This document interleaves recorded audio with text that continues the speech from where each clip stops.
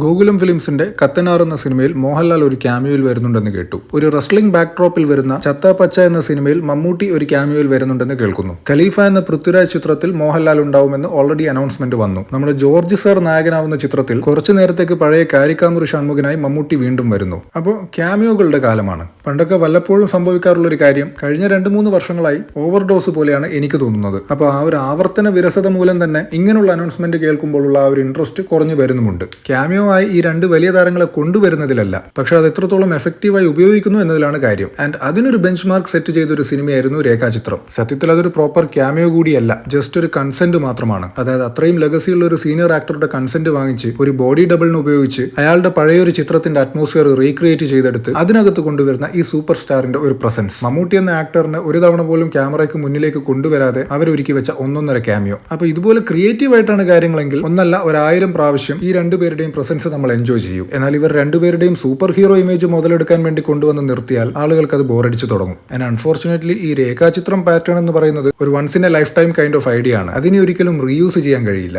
Anyways, ഇതുപോലെ ക്രിയേറ്റീവായി ആളുകളെ കൊണ്ട് ചർച്ച ചെയ്യുന്ന രീതിയിലുള്ള ക്യാമിയോസ് ആവും ഇവർ 2 പേരും ഇനി ചെയ്യുക എന്ന് കരുതാം.